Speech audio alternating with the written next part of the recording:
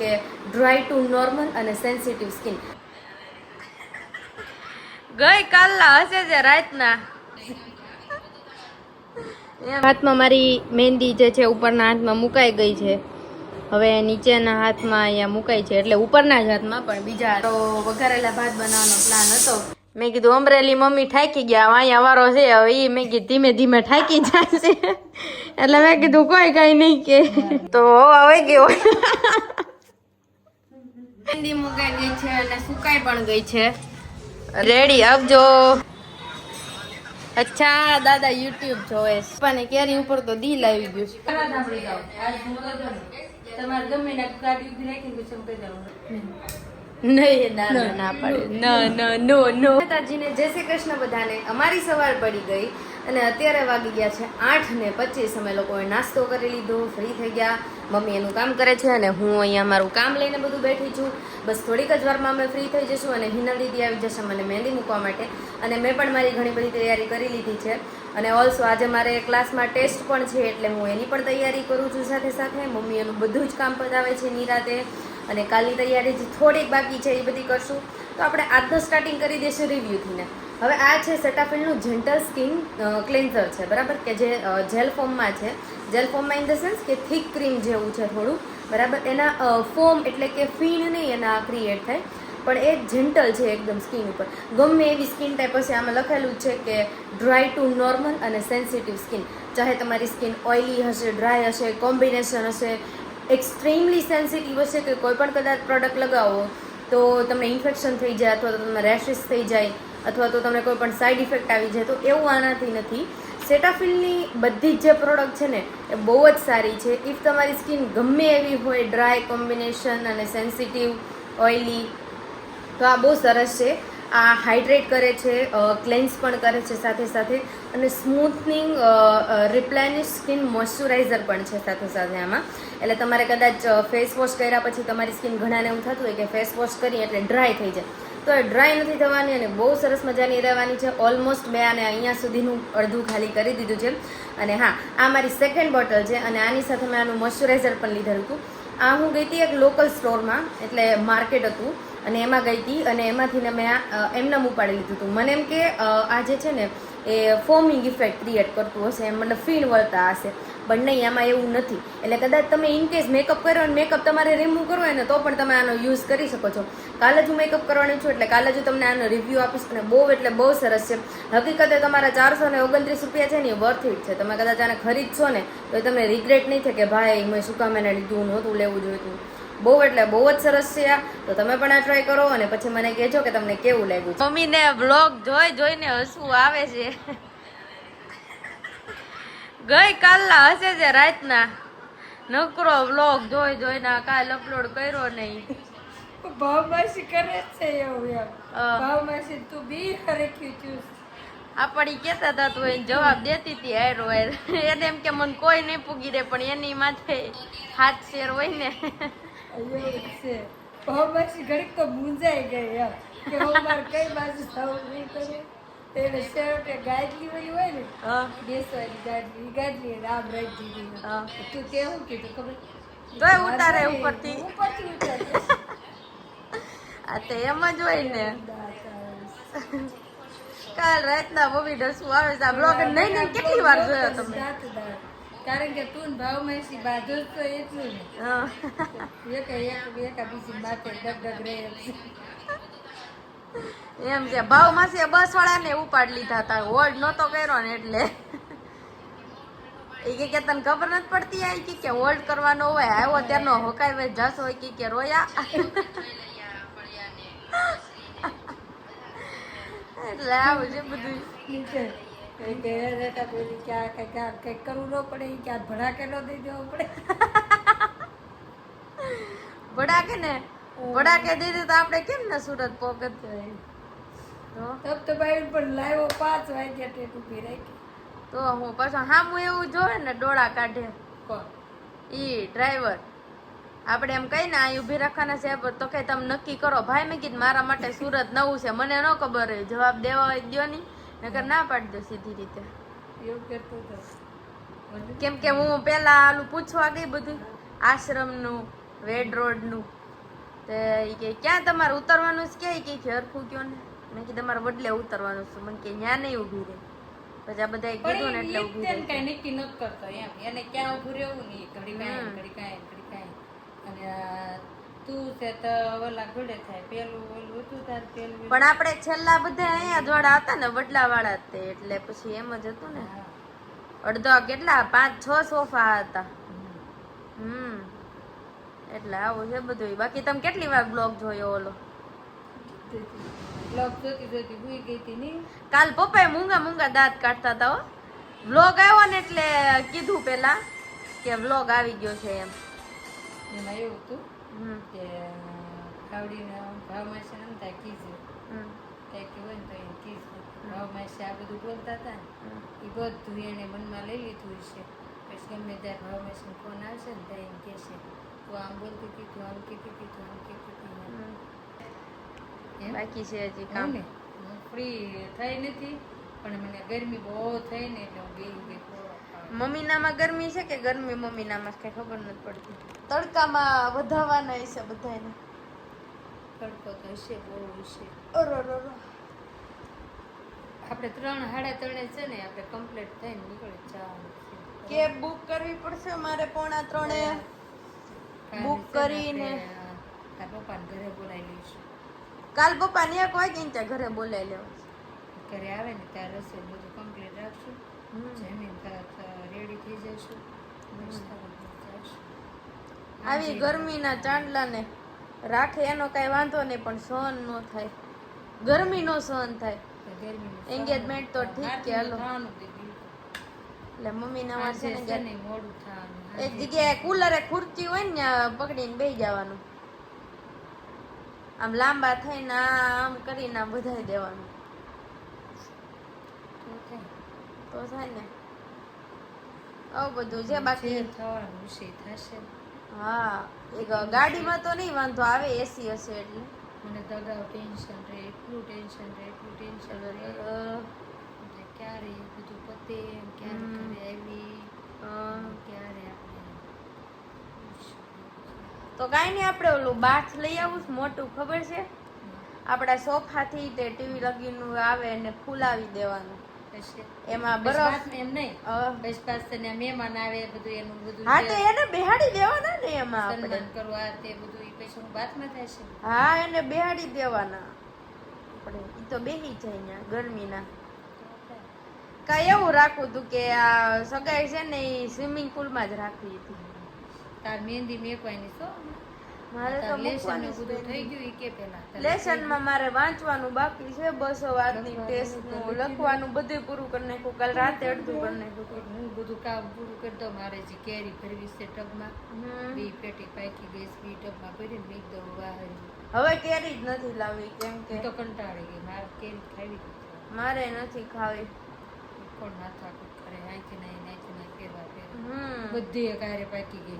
સાચી વાત છે. ભાઈ કીધું તું પણ 2-3 દિવસમાં ખાવા લાયક થઈ જાય. 2 દિવસ તો આપણે આમ નીકળી ગયા. ક્યારે આવી નથી થઈ બોલ. પીળી બધી એક પીળી થઈ ગઈ. અને હું તો નગર કેટલા દિવસ સુધી એમના બધું એમના ફેરવા કરું ને તો જેવી તેવી પાકે. ઈ એક કા બે તો કાંઈ નહીં તમને એની ફ્રૂટી બનાવી દઈશ. ફૂટી બનાવવી પડશે કારણ કે ઓલી ખાંડ વગરની રાજાપુરી તો બગડી જ જશે ને. રાજાપુરી બધી બાકી ગઈ છે કેસર બાકી ગઈ છે. પણ હવે એટલો કંટાળો આવી ગયો છે ને એમ થાય છે કે કેરી ખાવાથી નહીં કંટાળો આવ્યો ફેરવાથી નહીં કંટાળો આવ્યો. સરસ. કેરી દમથી મને ન ગમે.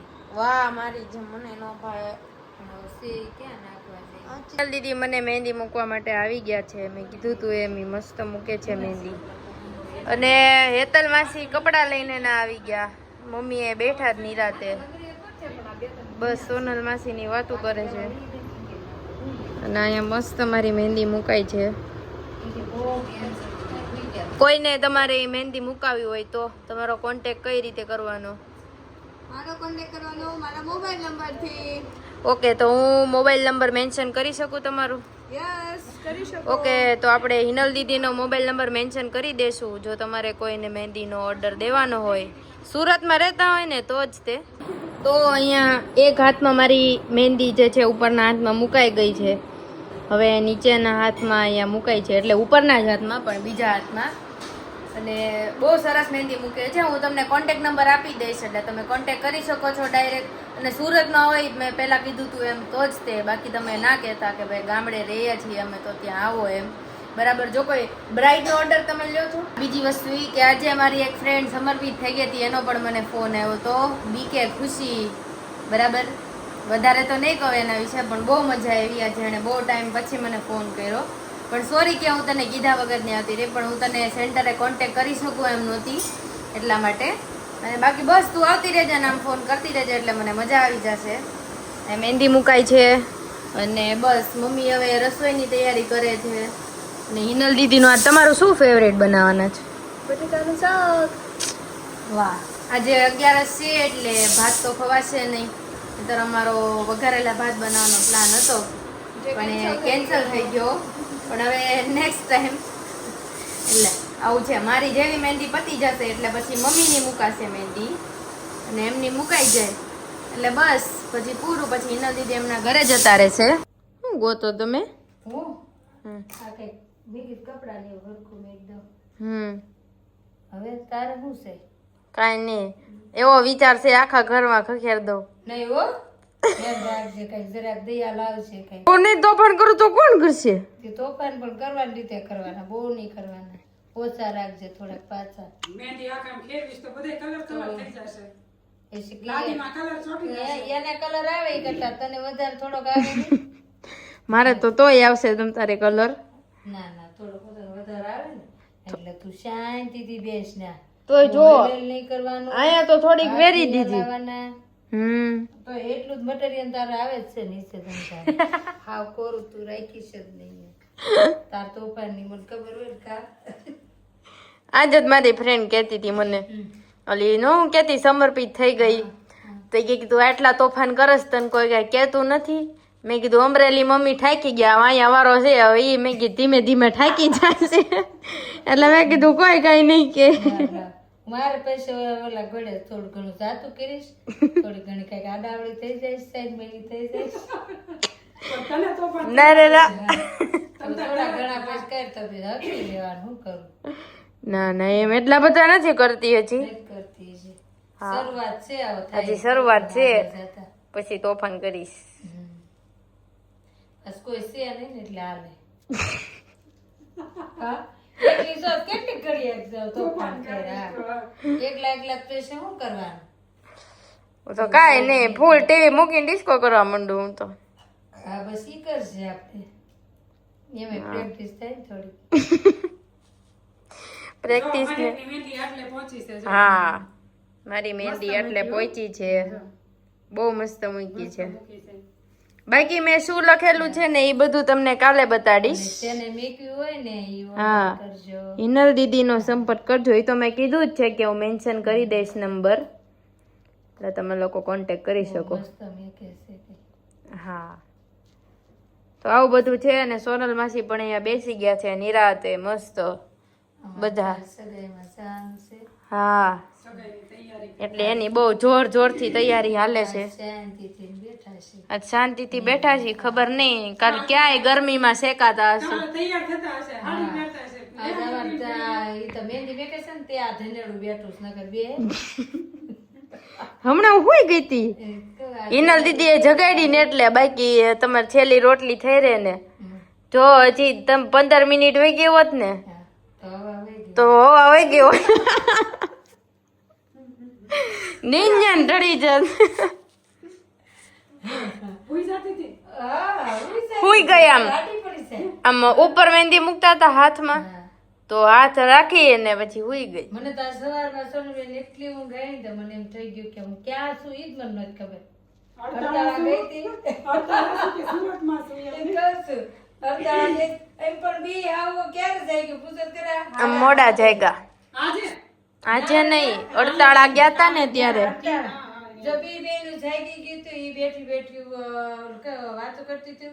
મારા બા કઈક આમ આડાવડા કરતા હતા કા? દૂધ લેવા ગયા. દૂધ લેવા ગયા. બા દૂધ લેવા ગયા હતા. હા, અને એમ બી ગોઠીને હુઈ ગઈ તો મહેંદી મુકાઈ ગઈ છે અને સુકાઈ પણ ગઈ છે અને હજી થોડી થોડી જે છે એ રહી છે. હવે આપણે પેલા મમ્મીને કહી દઈએ ટાટા આવજો. તમારી મહેંદી બતાડો તો જય માતાજી. હું તો કાંઈ નથી બતાવી. મસ્ત રેડી રેડી આવજો. હલો એક લાખ સુખી આવીને મળીએ. બતાડો તો ઈ મસ્ત મૂક્યા છે. રેડી રેડી હાલો તે હવે એમ જાય આવજો ટાટા માતાજી. હાલો હવે નીચે જોઈ બા બેઠા નીચે અને બા ઉઠી ગયા. અચ્છા રેડી રેડી. તમે ઉઠી ગયા? Good morning. અત્યારે મોર્નિંગ. દાદા તમારે થઈ ગયો રોંઢો કે નાસ્તો હતા ને થઈ ગયો? હાલો અરે અહીંયા એ યુઝ્યુઅલ કામ ચાલુ છે. હવે અમે જાશું ટ્યુશનમાં.